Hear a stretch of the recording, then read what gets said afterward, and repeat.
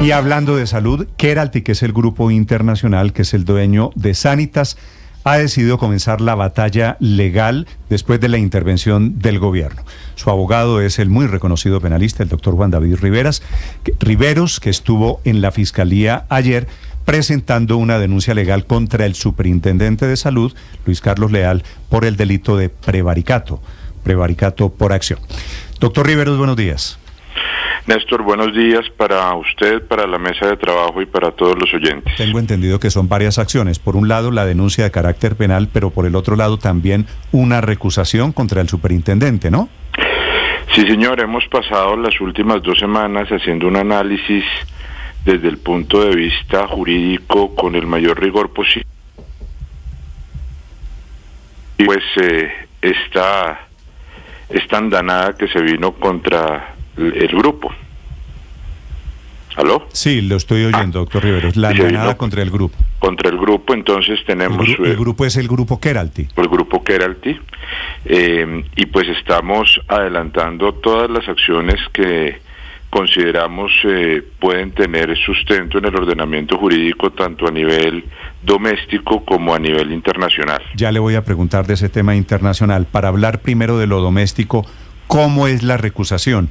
¿Posibilidades de que el doctor Leal, el superintendente, acepte la recusación? ¿Cuáles son los argumentos?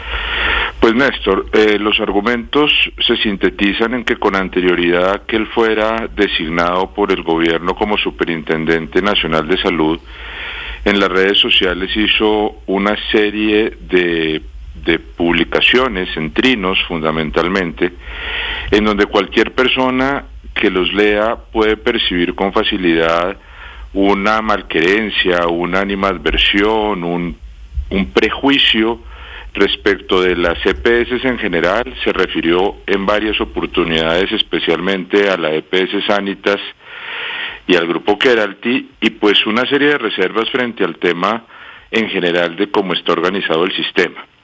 Eso cuando uno no tiene una responsabilidad como superintendente, que es un cargo que tiene funciones de inspección, control y vigilancia, no tiene problema. Cuando está uno en el activismo o haciendo campañas, pues eso no tiene problema, pero cuando asume una responsabilidad como esta debe garantizarse para las empresas, en este caso que él vigila, que se actúe con objetividad y con imparcialidad. Y alguien que se ha pronunciado sobre el sistema, las EPS y específicamente sobre la EPS Sanitas de la forma en que él lo había hecho, pues definitivamente no puede tener imparcialidad ni objetividad, y eso hace que la obligación del servidor público sea marginarse del asunto y que otra persona que no tenga ese compromiso de opinión pueda tomar una decisión. Riveros, yo se lo pregunté al doctor Leal, al superintendente, cuando lo entrevisté la semana pasada después de la intervención, y él dijo en ese momento que es que él era concejal y que él tenía derecho a opinar, y que ahora como superintendente tiene unos cargos y una actitud diferente. Me parece poco probable que él acepte la recusación. Yo lo veo poco probable porque tienen ese argumento que desde el punto de vista jurídico no es de recibo. Y pues lo siguiente es cuando aún no hemos sido notificados de una decisión sobre si aceptó o no la recusación, pero pues eso tendrá una revisión en una instancia superior que será ante el ministro de Salud. Y el ministro de Salud obviamente también parece improbable acepte la recusación. ¿Ahí termina esa batalla, la de la recusación? No, Néstor, si eso sale mal con los argumentos, digamos, ligeros que han expresado ante la opinión pública, pues tendremos otras acciones también, como hemos dicho, de carácter seguramente constitucional. Muy probablemente acudamos a las acciones de tutela. Lo que pasa es que hasta no conocer las decisiones es un poco apresurado decir cuál vaya a ser la acción que interpondremos. Lo único que nosotros queremos dejar muy en claro es que nuestra discusión va a ser eminentemente jurídica, porque entendemos que es la forma de defender los intereses de la compañía, de los inversionistas y de los usuarios. no vamos a caer en una discusión que no sea jurídica. Vale. Y la otra acusación, doctor Riveros, es la que presenta usted la denuncia penal ante la Fiscalía por el prevaricato. ¿Cómo es la acusación y qué implicaciones, qué significa que se jueguen ustedes la carta penal, doctor Riveros? Pues Néstor, creo que es un tema de coherencia. Nosotros hemos expresado que consideramos que la providencia, el acto administrativo por virtud de la cual intervinieron la EPS es ilegal por 3 razones fundamentales. Una, por la que acabamos de mencionar, creemos que el funcionario que tomó la decisión no podía hacerlo porque está impedido. La segunda, porque la motivación, la fundamentación que usan para llegar a una decisión es absolutamente infundada. Tiene una gran cantidad de datos que son inexactos, desconocen otra serie, incluso de decisiones del propio Estado colombiano en el pasado reciente respecto de nosotros, y eso hace que desde el punto de vista jurídico existe un fenómeno que se llama falsa motivación, que es uno de los argumentos para plantear la ilegalidad, por lo menos en el campo penal, y tendrá otras expresiones seguramente en la jurisdicción contencioso-administrativa.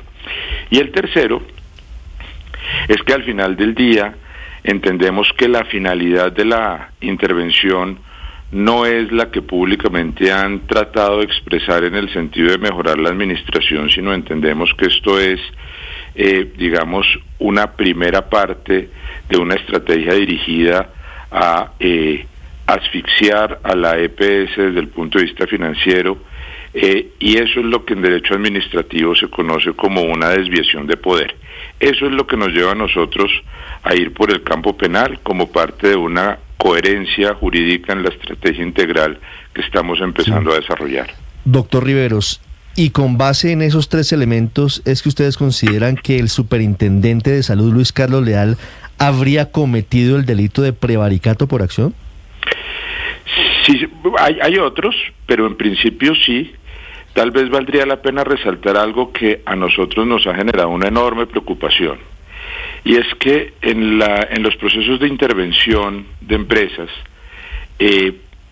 está permitido por la ley, por supuesto, que separen al administrador, por supuesto que separen a la junta directiva, pero no está previsto en ninguna parte que separen a las asambleas de accionistas. Es decir, una empresa puede estar intervenida, pero no por ello sus dueños dejan de tener los derechos que se desprenden de sus acciones.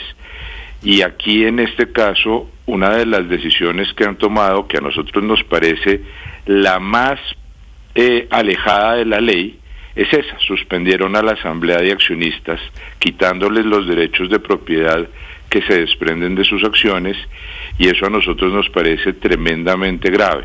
Esa es otra de las razones por las cuales consideramos que el superintendente cometió un acto ilegal. Sí, señor, dígame. ¿Eso ha ocurrido con otras intervenciones a EPS? ¿Remover la junta directiva, remover la asamblea de propietarios? La junta directiva sí es normal que se remueva con un proceso de intervención. Nosotros no conocemos ningún antecedente en donde se haya removido a la asamblea de accionistas.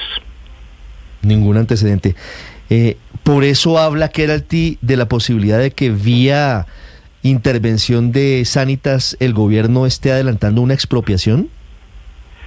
Sí, señor, nosotros creemos que esto puede ser un fenómeno que se llamaría una expropiación indirecta, que no es un trámite de expropiación, pero que en el marco de una decisión arbitraria como esta termina teniendo el mismo efecto. Sí. Este es el primer efecto quizá en Colombia, esta decisión que toman ante la Fiscalía. ¿Vienen, doctor Riveros, también demandas y procesos internacionales contra el gobierno colombiano y el superintendente de salud? Desde el punto de vista internacional, contra el superintendente, contra personas no existe una acción que nosotros consideremos sea adecuada. Respecto de demandas al Estado, sí. Entonces nosotros tenemos previsto 2 cosas.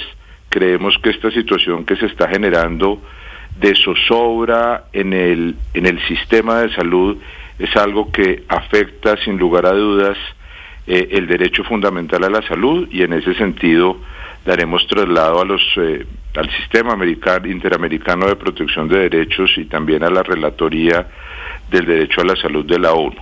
Y en lo que tiene que ver con los derechos de los inversionistas extranjeros del grupo, seguramente en el marco de los tratados de protección de la inversión extranjera en Colombia que resulten aplicables, se iniciarán demandas o procesos, digamos, que busquen restablecer esa protección de la inversión, y eso es en el escenario internacional. ¿Y esa la presentan ante dónde? ¿Ante qué organismo?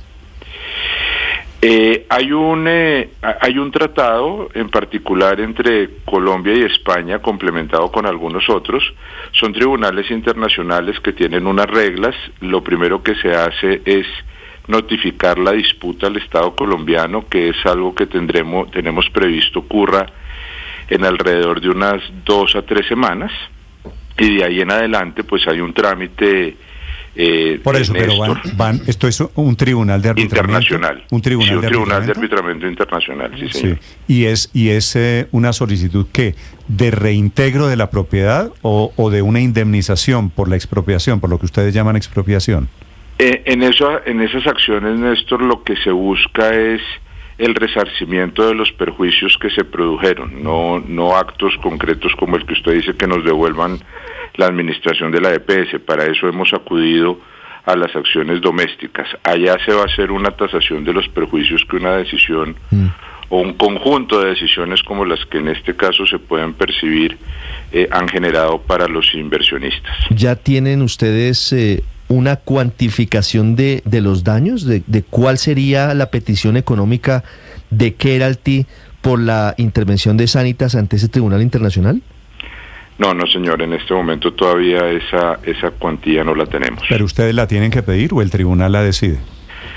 Como todos los procesos judiciales, uno hace una pretensión, plantea una pretensión, que la estamos estructurando, y los jueces, los árbitros serán los que tomen una decisión. ¿Esos árbitros, doctor Riveros, será el CIADI del Banco Mundial, el Tribunal de Arbitramiento del Banco Mundial? Néstor, no tengo en este momento la precisión sobre bajo qué reglas se llevaría el tribunal arbitral, pero no es un tribunal internacional. Hay varios procedimientos previstos. En este momento no sé cuál va a ser el que termine siendo aplicable. Sí, doctor Riveros, mientras se hacen estos procesos, tanto el local como los internacionales que nos acaba de explicar, ¿qué esperan ustedes? Bueno, su cliente Keralty, que pase con afiliados y con trabajadores, porque el mensaje que hemos conocido hasta ahora de Keralty había sido a esos empleados por años. ¿Hay alguna instrucción para los derechos de esos trabajadores? Pues esa es una pregunta muy importante, porque en realidad toda esta batalla jurídica que hemos emprendido tiene por finalidad fundamentalmente 3 cosas. La primera, por supuesto, recuperar la administración de la EPS, pero no por el hecho de tenerla, sino lo más importante para nosotros es poder seguir prestando el servicio a nuestros afiliados, a nuestros usuarios, que esperamos que con todo lo que está ocurriendo no se afecte de una manera sensible. Y la tercera razón, pues nosotros tenemos un equipo humano de alrededor de 3.500, 3.800 personas trabajando de manera directa con la EPS, y queremos que no vaya a haber ninguna afectación respecto al trabajo de ellos. Entonces nuestra finalidad es poder seguir desde la EPS prestando el servicio con nuestros trabajadores en las condiciones que lo hemos hecho durante tantos años. Doctor Riveros, me quedé pensando en lo que usted dijo, que nunca en la historia se ha separado la asamblea de accionistas en un proceso de intervención de este tipo. Remover juntas directivas sí siempre pasa, pero no hay ningún antecedente de la asamblea de accionistas. Que le quiten, dijo usted, los derechos de propiedad que se desprenden de sus acciones. ¿Exactamente usted a qué se refiere? ¿Qué derechos propiedad les han quitado? No, sí. es como, el ejemplo yo creo que es de la siguiente manera. Cuando se interviene una empresa, como ha ocurrido acá, claramente lo hacen para cambiar la administración, pero cambiar la administración no significa que los dueños de la empresa dejan de serlo, O sea, uno sigue teniendo como propietario unos derechos que se desprenden de las acciones que ese propietario tiene, ¿verdad? En este caso lo que está pasando es que los removieron, es decir, sacaron a los socios de la compañía. Entonces pasan fenómenos como el siguiente. Pero cuando ha habido, perdóneme, cuando ha habido intervenciones, ¿no ha ocurrido exactamente eso? ¿Que le quitan el control a los dueños? No, el control de la administración sí, Néstor. Pero déjeme, le pongo el ejemplo que es el que creo que aclara la situación. Supongamos que en el marco del desarrollo de la intervención en un momento dicen que por cualquier razón es necesario hacer una capitalización, poner dinero. Sí. ¿Quién tiene que poner el dinero? Pues los socios, no la administración. Y entonces estamos como en ese contrasentido tan grande, y es, aquí sacaron a los socios de su compañía en lo que tiene que ver no con la administración, que lo entendemos, no lo compartimos, como ya lo he dicho, pero entendemos que eso es parte de un proceso de intervención, pero sacar a los socios de su empresa, pues es algo, vuelvo y digo, de lo cual nosotros no conocemos ningún antecedente, entre otras cosas, Riveros, porque las normas que lo regulan no lo tienen previsto. ¿No ocurrió algo parecido en el caso de Electricaribe? ¿Recuerda usted la intervención del gobierno en su momento? El ejemplo es bueno, Víctor, le quitan la administración por españoles. Hay pleito internacional, el pleito internacional lo gana Colombia, y pues después el gobierno termina adjudicando parte del mercado en dos y termina adjudicando la empresa pues a otros operadores. ¿No ocurrió esto ya en el pasado? Mire, yo no le puedo dar una respuesta porque no conozco el detalle de lo que pasó en esa empresa. No sé si fue en el marco de una liquidación que hicieron, en la suspensión de un contrato. No, es algo que no tengo en este momento en la cabeza, entonces no sé si es comparable o no. Al final de cuentas, esta es una batalla jurídica que está comenzando, repito, el grupo Keralty, que juega varias cartas en Colombia y fuera de Colombia alrededor de el futuro de la EPS Sanitas Néstor, intervenida. Permítame hacerle una última pregunta al doctor Riveros sobre las intenciones y los efectos que esperan en las demandas y en las acciones nacionales e internacionales. Para efectos internacionales, doctor Riveros, ¿ustedes están contemplando utilizar el hecho o el evento que le ha sacado incluso el presidente Petro, que Keralty financió campañas políticas como la del Centro Democrático? No, digamos... nosotros entendemos que lo que ha ocurrido con la intervención, además de ilegal y arbitrario, tiene un viso de discriminación. Y eso, digamos, es un asunto que seguramente en el escenario internacional se ventilará. Pero no haciendo referencia específicamente a un comentario, vuelvo y digo que en nuestra opinión es más un tema comunicacional que jurídico. Nosotros estamos decididos a llevar los procesos penales los procesos jurídicos con todo el rigor desde el punto de vista de las acciones, y confiamos plenamente en que los jueces van a tomar decisiones que hagan cesar, que detengan los efectos perversos que está generando esta situación. Pero la pregunta de María Camila es buena, doctor Riveros. A Keralty, usted me imagino que como abogado lo ha contemplado, ¿le están cobrando haber financiado o participado en la financiación de la campaña del 2022? Néstor, yo creo que uno podría hacer una lista de coincidencias que serían muy difíciles de explicar si no hubiera una motivación específica del gobierno hacia nosotros. Pero lo digo con mucho respeto por usted y por la opinión. Nosotros no queremos entrar en esas discusiones subjetivas, porque creemos que desde el punto de vista jurídico lo que tenemos es un escenario que para cualquier lector imparcial...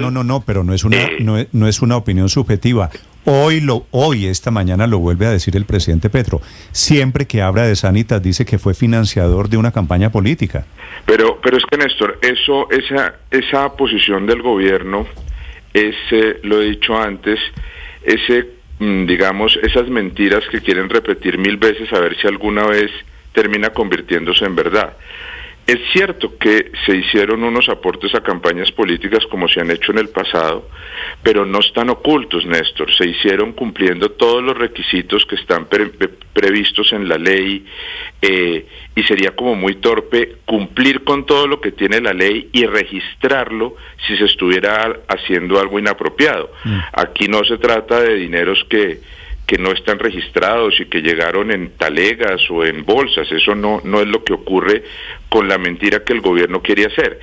Si eso les ha incomodado, pues realmente los aportes que fueron muy modestos, Néstor, como ya se conocen, no hay ningún aporte que sea a ningún partido mayor a 40 millones de pesos, y el más chiquito es de 5 millones de pesos, se hayan hecho con algún viso de ilegalidad. ¿Usted sabe a cuántos partidos ayudaron a financiar?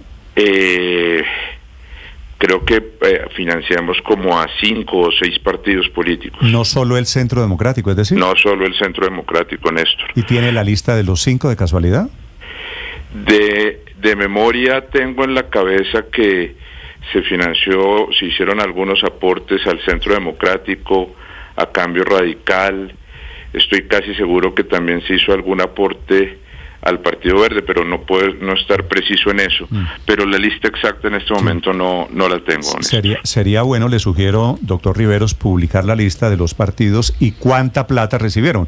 Digo, en la medida en que ese se ha convertido en un caballito de batalla ideológico del presidente Gustavo Petro. Y sobre eso, que un día sí y el otro también habla de la financiación de Keralty a los partidos. Sobre eso, doctor Riveros, la pregunta sobre la naturaleza de la sociedad que está detrás de Sanitas en Colombia, entendiendo que los accionistas son integrantes de la multinacional Keralty, que tiene base en España.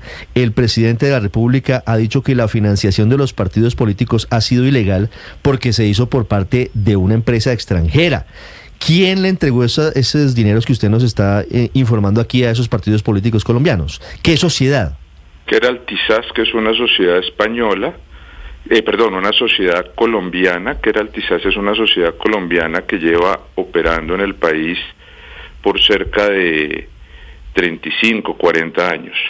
Y dentro de, digamos, la estructura del grupo, por supuesto que hay una parte de inversión extranjera, pero también hay en algunas de las empresas del grupo cerca de 2.000 inversionistas colombianos. Y quien hizo las donaciones o los aportes a esas campañas que han mencionado es una sociedad colombiana, que es lo que establece la ley como que está permitido. Vale. Pues ese es también otro ingrediente en medio de esta permanente batalla. 8-11 minutos, es el abogado de Keralty, el doctor Juan David Riveros, hablando de las primeras acciones legales tomadas por la intervención de la semana pasada. Gracias, doctor Riveros, un feliz día. Néstor, muchas gracias a usted. 8-11 minutos. Estás escuchando Blue Radio.